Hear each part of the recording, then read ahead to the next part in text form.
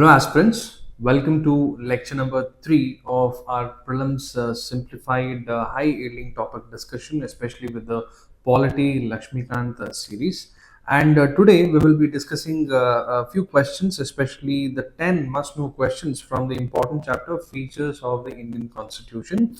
And the question goes, is the Indian Constitution the lengthiest in the world? Why is it so detailed? Which is the single largest source of the Indian Constitution? What is meant by rigid and flexible constitutions? How can the Indian Constitution be classified? Question number 4, is Indian federalism the result of an arrangement or an agreement among states? And can a state secede from the Union? Question number 5, on what principles is the parliamentary system based? What are its main features in India? Question number 6, is the Indian parliament sovereign? Question number 7, do fundamental rights act as limitations on state power and are they absolute? Question number 8, which part of the constitution aims to establish a welfare state in India? Question number 9, how and why were fundamental duties added to the constitution and which is the latest fundamental duty? And last question, what was the term when was the term secular added to the constitution? So these are the 10 must know questions from the chapter features of the Indian Constitution. And as I am once again stressing on the fact that this is for those students who have already done the revisions and who are right now thinking that they have to proceed further, to take tests, especially the mock test, be it subjective or full length. And this series is going to help that particular student to help them recall on that day of the examination where it matters for them to recall a lot, right? So that is the reason why we have drafted all the entire chapter in the question answer format. And of course, all these questions, when I was reading it out, it sounds very simple and also it sounds very familiar. And this familiarity is what is going to get you that extra mark in the prelims examination. And this entire video and this entire playlist, entire series is to make sure that you get that right. Okay, so now let's discuss the answers, and with the discussion I also hope that the revisions also will happen to that particular chapter as well. Well, the first question, is the Indian Constitution the lengthiest in the world? And answer is yes, the Indian Constitution is the lengthiest written constitution in the world. So when you're reading the features of the Indian Constitution, there are various points, and inside that there are a lot of information. That is also very important. Once again, I'm telling you, whatever I am discussing, that is not at all sufficient, or that is not the only thing that I'm saying that this is the only thing that will come in the prelims exam. No, but what I'm trying to give you is the set of 11 questions which I have summarized from the entire chapter, which can put the entire chapter in a nutshell so that it helps you revise. And most importantly, when you answer these questions in the question answer format, it will make things even more easier, right? So that is the whole point. Okay, so anyway, even if we were to discuss everything and anything related to that chapter, 20 minutes or even 15 minutes, even 30 minutes is not sufficient to discuss the entire chapter, right? So that being said, please understand that this is just a revision video and this is not the complete lecture.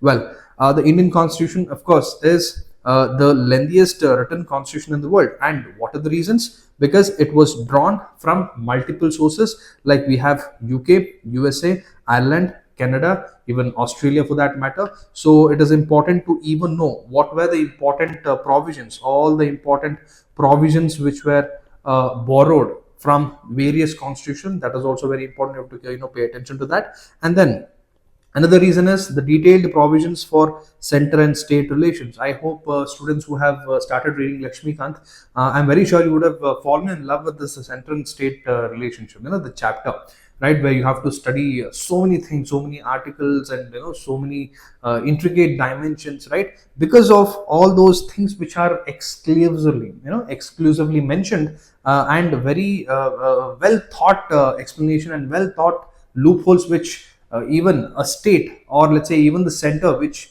cannot override on each other. So everything has been planned very well, right? And that is the reason why the Indian constitution is also the bulkiest and also probably the lengthiest as well. And also we have included the fundamental rights, DPSPs, and even the fundamental duties as well. And special provisions have been given specifically for SC/STs, minorities, backward classes, and detailed administrative emergency and even transitional provisions are also being created. So hence that is the reason why the constitution is very healthy. So the length is due to the detail, diversity, experience of the Government of India Act 1935, which made this a living document a huge one. Okay, next question. Which is the single largest source of the Indian constitution? Is it the UK?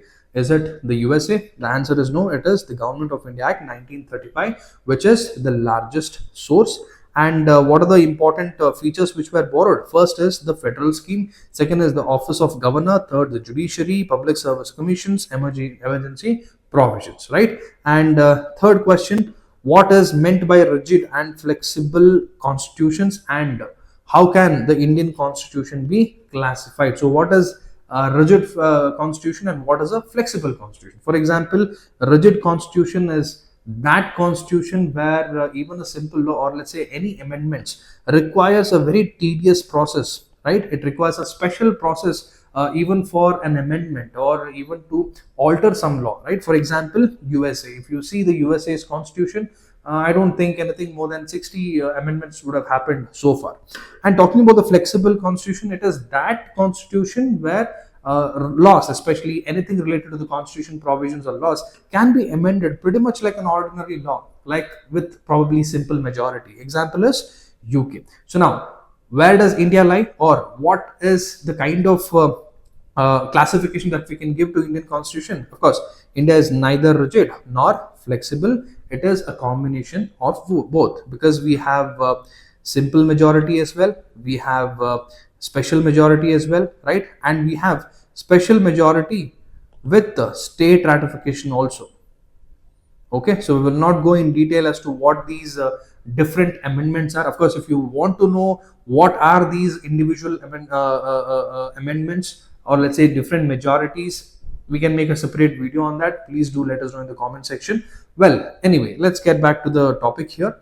We were discussing whether the Indian constitution is rigid or flexible, and it is understood that it is neither rigid nor flexible, because we have certain areas, certain provisions where amendments can happen in simple majority as well. Now, what are the examples? Alteration, or let's say changing the names of a state, right? Or altering the boundaries. And even the special majority.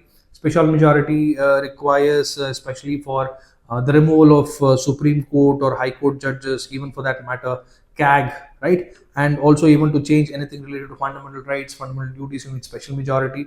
And special majority with the state ratification. This is when the parliament wants to do something which affects the federalism, the federal feature of the country, right? For example, maybe the elections of the president, right? It wants to change the elections of the president. So special majority with state ratification. So, these are the important, some of the majorities. Of course, you have specific majority, you have absolute majority, right? All of these things are there. If you really need a video, please do let us know. We can make a separate video to discuss on the special, simple, and specific, and even absolute majorities as well, right? Anyway, coming to the point here, prelims point. Some provisions amended by simple majority, others by special majority, and some require state ratification. Fourth question. Is Indian federalism the result of an agreement among states, and can state secede from the union?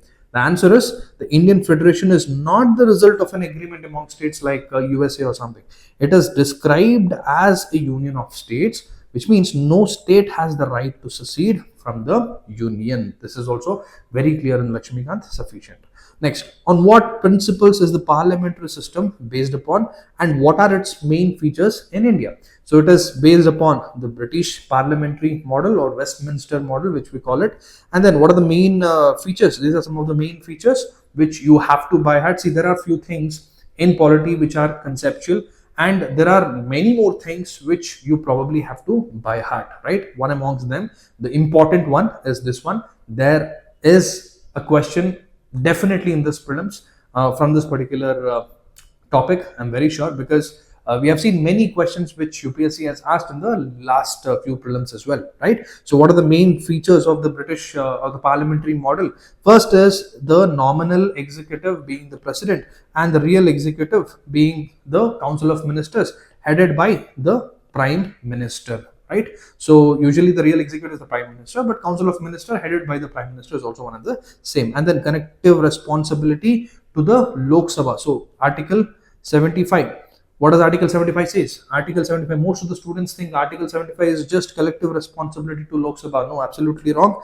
It is, of course, collective responsibility to Lok Sabha is part of Article 75, but Article 75 also talks about the president appointing the prime minister, who then appoints his council of ministers, who is responsible, or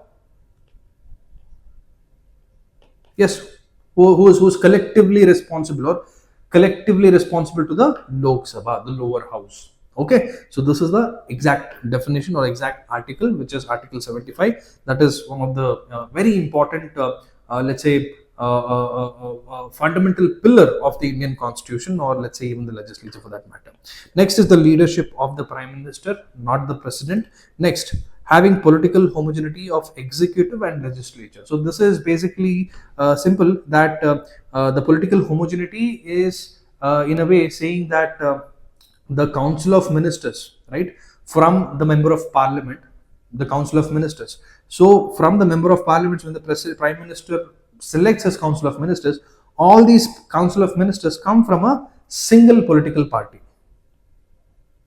Okay, single political party having similar ideology. So this is to make sure that there is a uniformity in the laws that are being passed, and also to ensure that there is a smooth business, which takes place during any decisions are being taken, especially in terms of enforcing in a particular law and all of that, right? So that is also one of the important feature, political homogeneity of executive and legislature.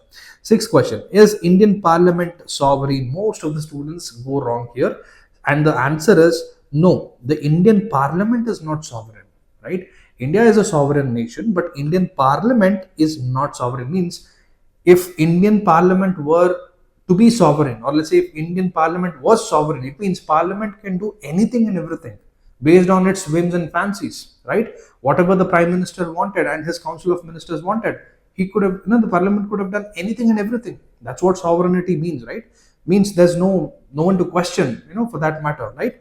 But however, Indian Parliament is not sovereign because it is limited by the Constitution, and also everything that happens in the Parliament, any law or any constitutional amendment, is also subjected to judicial review, and it cannot even violate fundamental rights. And also the federal structure limits its powers, that is also there. And also we have something called as basic structure doctrine as well, right? So all of these things put together puts the Parliament under some limitations, right? So Parliament is not fully sovereign, so the answer is no, right? Anyway, the UK Parliament is sovereign. Indian Parliament is supreme within the constitutional limits. Okay, if this is the statement, then it is correct. Indian Parliament is supreme within the constitutional limits, yes, but Indian Constitution is not, Indian Parliament is not sovereign. Okay, anyway, next question. Do fundamental rights act as limitations on state power, and are they absolute?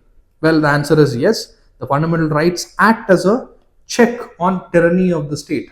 Okay, and then they are not absolute, means they have some reasonable restrictions, means fundamental rights are there to make sure they are limiting the state's power, to ensure that the state does not override its citizens. Okay, it is a safeguard measure, right? And also we have read in the features of the fundamental rights, you read that most of the articles in fundamental rights are in the negative connotation, means it limits the state. It limits the state to certain extent, right, where it cannot override its power, right? So the fundamental rights act as check on tyranny of the state, and of course they are not absolute, means they have some reasonable restrictions. They also have exceptions, like for example armed forces, they cannot fully enjoy the fundamental rights, right? And then even fundamental rights are being suspended during emergency, except article 20 and 21, right? I hope it is clear. Next question. Which part of the constitution aims to establish a welfare state in India? The answer is DPSP's part 4. Of course, speaking of part, all the parts are very important. Part 3, fundamental right, very important. Even this is another important thing you have to by heart. There is no concepts involved, right? Probably you can come up with your own acronym to remember all the different parts. UPSC has asked questions, it will definitely ask, and don't be shocked, right? Because PYQs definitely gives you an idea that yes, this is what you can expect. And if you have not expected, that is your problem, right? But I'm telling you, all the parts very important. It has to be the tip of your tongue, right? Please do by heart the parts as well. Okay, part 4 here is the DPSP, and what is the role, because talking about which part of the constitution aims to create a welfare state in India, it's DPSP. And what does it do? It promotes social and economic justice. Keep in mind, not political. Okay, it promotes social and economic justice, guide the state in policy making, and also is non-justiciable but fundamental in governance. Okay, of course, with this now the trend has changed, where it is asked from the relevance of the current affairs also, right? For example, Karnataka government has announced a lot of schemes, one of which is the empowerment of women through making all the public transport free. So is the government of Karnataka exercising this or made this law to ensure that the fundamental right of a citizen is guaranteed, or is it part of the fundamental rights? The answer is no, it's part of your DPSP, right? So this is how you connect the current affairs with the static. Okay, so one step further, one step ahead, the prelims these days are pretty much being aligned or inclined with the current affairs in a particular fashion. So that is also very important for you to keep in mind, right? So next important thing is to remember all the parts, that is also there. Anyway, with respect to DPSPs are positive obligations on the state, means it talks about a welfare state, right? Creating a welfare state is pretty much talking about a utopian world, right? A welfare state or a proper utopian world cannot be possible, right? It is very difficult to create or to even build such a state. But still, these are all the aspirations of the forefathers who laid their entire blood and sweat for the constitution. These are the aspirations. Means pretty much, if the nation or the government is trying to do all of these things, it is good, that kind of way, right? So that is why DPSPs are positive obligations on the state. And of course, they are not enforceable, right? Not justiciable. Just because something is mentioned in DPSP, you cannot approach Supreme Court that it is mentioned in DPSP, now why is it not being guaranteed, right? That is also there. So all of these things you will study in detail when you do DPSP and fundamental rights. Anyway, ninth question: how and why were fundamental duties added to the constitution? Which is the latest duty? It was added by the 42nd Constitutional Amendment Act 1976, and based on the recommendations of the Swaran Singh Committee. This is also important, knowing all the committees which were responsible for some important things. And then originally it had about 10 duties, and now it is 11, and which is the recent one. The latest fundamental duty is the duty of parents and guardians to provide education to children, which is the 86th Amendment 2002. Very important. Next, when was the term secular added to the constitution? And what model of secularism does India follow? And when was voting age reduced? Last question. The term secular was added once again by 42nd Constitutional Amendment Act 1976. India follows a positive secularism. That is also very important, knowing what positive secularism and what negative secularism means. Means simple. Positive secularism is when state actively involves in promoting religion, but not per se one particular religion, but all the religion. Means state follows or maintains equidistant relationship from all the religions. Okay, it will not favor any one particular religion. right? And that is positive secularism, and the example is India, right? Anyway, on the other hand, negative secularism is something which where the government is not at all interfering with the activities of the religion, for that matter. No religious activity. It does not promote, does not give away any funds, right? Religion is separate, state is separate. Example is France, you have Turkey, right? And positive secularism, India, for that matter, where equal respect for all religions and state may intervene for reform, right? So anyway, talking about the voting age, it reduced from 21 to 18 years by 61st Constitutional Amendment Act 1988. So these are also some of the important data, right? So with this, I am finishing this playlist of the discussion regarding the features of the Indian Constitution. Stay tuned. We will come up with a few more wonderful videos like this. Until then, signing off. This is Madan Gopal. Have a beautiful day.